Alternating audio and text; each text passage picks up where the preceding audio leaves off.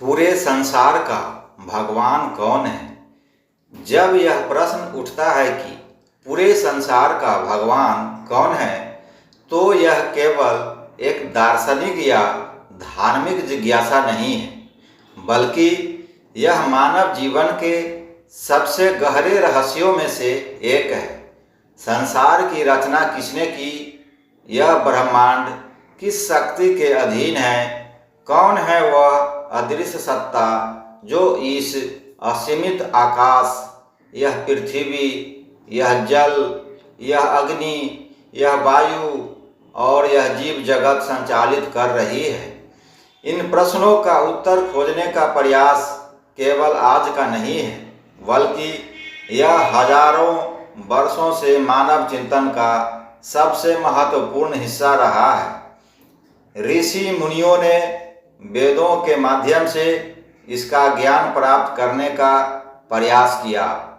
संतों ने भक्ति के मार्ग से इसका अनुभव किया और योगियों ने ध्यान व समाधि के द्वारा उस परम सत्य को जाना।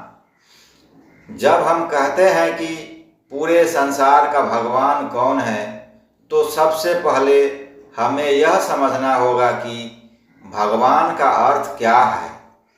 भगवान शब्द संस्कृत के भ और गवान से मिलकर बना है।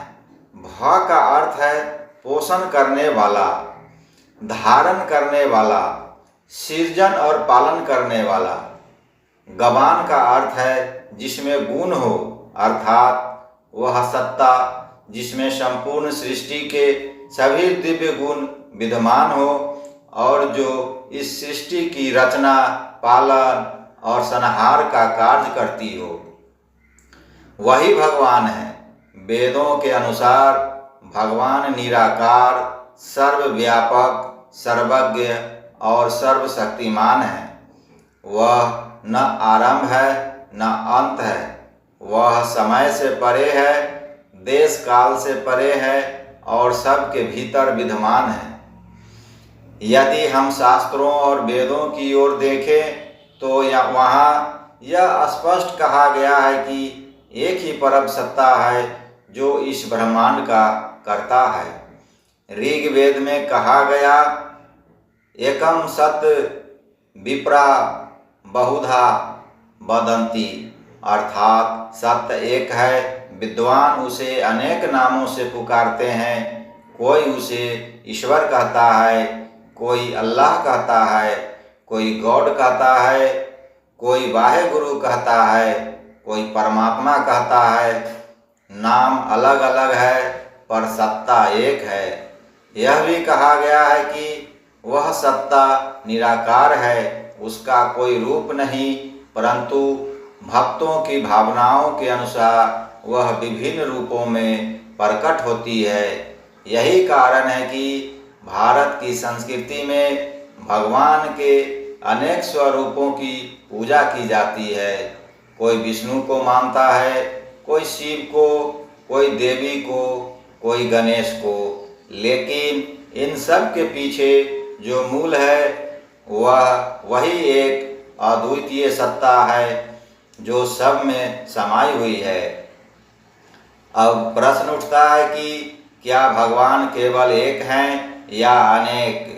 जब हम ब्रह्मांड की विशालता को देखते हैं, अरबों खरबों आकाश गंगाएं, अनगिनत तारे, असंख्य ग्रह, तो हमें यह समझ में आता है कि इस अनंत ब्रह्मांड को बनाने और चलाने के लिए एक अनंत शक्ति की आवश्यकता है। वह शक्ति ही भगवान है। मनुष्य चाहे जितनी तकनीक और विज्ञान में प्रगति कर ले, परंतु आज भी इस ब्रह्मांड के मूल रहस्य को पूरी तरह नहीं जान पाया है। विज्ञान केवल यह बताता है कि बिग बैंग से ब्रह्मांड की उत्पत्ति हुई, परंतु बिग बैंग को किसने उत्पन्न किया, यह आज भी एक रहस्य है। विज्ञान यह मानता है कि ऊर्जा और पदार्थ के नियम हैं, परंतु इन नियमों को किसने बनाया? इन सब के पीछे कोई अदृश्य सर्वशक्तिमान शक्ति अवश्य है जिसे हम भगवान कहते हैं। वेद, पुराण और उपनिषद हमें यह सिखाते हैं कि भगवान केवल आकाश में नहीं, मंदिर में नहीं, किसी विशेष स्थान पर नहीं, बल्कि हर जगह है। वह आपके भीतर भी है, मेरे भीतर भी है, पशु पक्षियों में भी है, जल की लहरों में भी है, वायु के झोंकों में भी है। गीता में भगवान श्री कृष्ण ने स्पष्ट कहा है, अहम आत्मा गुडाकेश सर्वभूतास यह स्थित, अर्थात हे अर्जुन, मैं सब प्राणियों के हृदय में स्थित आत्मा हूँ। इसका अर्थ यह है कि भगवान हर जीव के अंदर आत्म रूप में विद्यमान है। यही कारण है कि संत कहते हैं, जिसे तुम बाहर खोज रहे हो वह तुम्हारे भीतर है। यदि हम यह पूछें कि पूरे संसार का भगवान कौन है, तो इसका उत्तर यह है कि वह एक परम सत्ता है जो निराकार है, सर्वशक्तिमान है और जो सबको संचालित कर रही है। हिंदू धर्म में उसे ब्रह्म कहा गया है। सच्चिदानंद स्वरूप ब्रह्मा का अर्थ है जो अनंत है, जिसका कोई सीमा नहीं। वह सत्य है, चेतन है और आनंद स्वरूप है। इस ब्रह्मा का कोई रूप नहीं, लेकिन जब वही ब्रह्मा भक्तों के प्रेम से बंधता है तब वह अवतार लेता है, जैसे श्री राम, श्री कृष्ण। यही कारण है कि लोग भगवान को विभिन्न रूपों में पूजते हैं।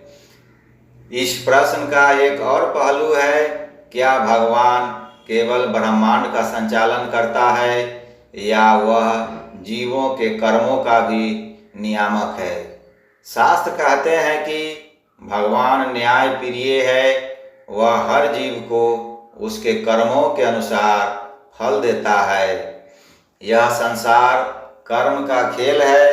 भगवान ने यह नियम बनाया कि जो जैसा करेगा वैसा पाएगा। इसी को हम कर्म सिद्धांत कहते हैं।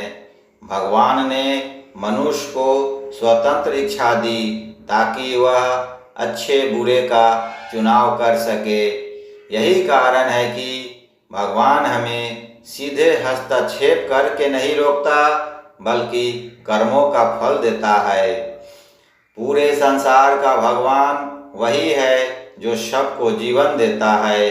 वह माता पिता से भी बढ़कर है, क्योंकि माता पिता केवल शरीर देते हैं, लेकिन भगवान आत्मा देता है। वह सृष्टि का करता है, पालन करता है और अंत में संहारक है। ब्रह्मा सृष्टि करता है, विष्णु पालन करते हैं और शिव संहार करते हैं, लेकिन ये सब उसी परम सत्ता के अंग है। यदि आप पूछते हैं कि भगवान कहाँ है, तो इसका उत्तर यह है कि भगवान हर जगह है। वह वायु की तरह है जिसे हम देख नहीं सकते लेकिन महसूस कर सकते हैं। वह प्रेम की तरह है जो दिखाई नहीं देता परंतु हृदय में अनुभव होता है। भगवान को पाने के लिए हमें किसी लंबी यात्रा की आवश्यकता नहीं है, वह हमारे हृदय में ही है। लेकिन समस्या यह है कि हमारा मन बाहर की ओर भागता है, इसलिए हम उसे नहीं देख पाते। संतों ने कहा है कि जब मन शांत होता है, जब अहंकार समाप्त होता है, जब भीतर भक्ति का भाव जगता है, तब भगवान का अनुभव होता है। भगवान को केवल ज्ञान से नहीं बल्कि अनुभव से जाना जा सकता है। वह तर्क से परे है, क्योंकि तर्क सीमित है और भगवान असीम है। इसलिए भगवान को पाने का मार्ग भक्ति है, श्रद्धा है और प्रेम है। आज के समय में बहुत से लोग पूछते हैं, अगर भगवान है तो दुख क्यों है? अगर भगवान है तो अन्याय क्यों है? इसका उत्तर यह है कि भगवान ने संसार को कर्म के नियम पर चलाया है। जो जैसा बोएगा वैसा पाएगा। दुख हमारे अपने कर्मों का फल है। भगवान न्याय करता है, लेकिन वह हमें स्वतंत्रता भी देता है। अगर वह हमारी स्वतंत्रता छीन ले तो हम रोबोट बन जाएंगे। इसलिए भगवान हमें चुनने का अधिकार देता है और उसी के आधार पर परिणाम देता है। पूरे संसार का भगवान कौन है? यह केवल एक प्रश्न नहीं, बल्कि यह जीवन का सार है। वह भगवान एक है, चाहे लोग उसे किसी भी नाम से पुकारे। वह निराकार है, लेकिन भक्तों के लिए वह साकार भी हो सकता है। वह अनंत है, वह शाश्वत है, वह अदृश्य है, लेकिन उसकी शक्ति हर जगह प्रकट है। जब आप सूर्योदय देखते हैं, जब आप फूलों की सुगंध महसूस करते हैं, जब आप बच्चे की हंसी सुनते हैं, जब आप आकाश के तारों को निहारते हैं, तब आप भगवान को महसूस कर सकते हैं। अंत में यही कहा जा सकता है कि पूरे संसार का भगवान कोई अलग अस्तित्व नहीं है जो हमसे दूर है। वह हमारे भीतर है, हमारे चारों ओर है। उसे पाने के लिए हमें केवल अपने मन को शुद्ध करना है। जैसे गंदे पानी में चंद्रमा का प्रतिबिंब स्पष्ट नहीं दिखता, वैसे ही अशांत मन में भगवान का अनुभव नहीं होता। जब मन शांत होगा, तब हम देखेंगे कि वही भगवान है जो हमें जीवन दे रहा है, जो हमारी सांसों में है, जो हमारे हर पल के साथ है। वह एक है, अद्वितीय है और वही पूरे संसार का पालनहार है।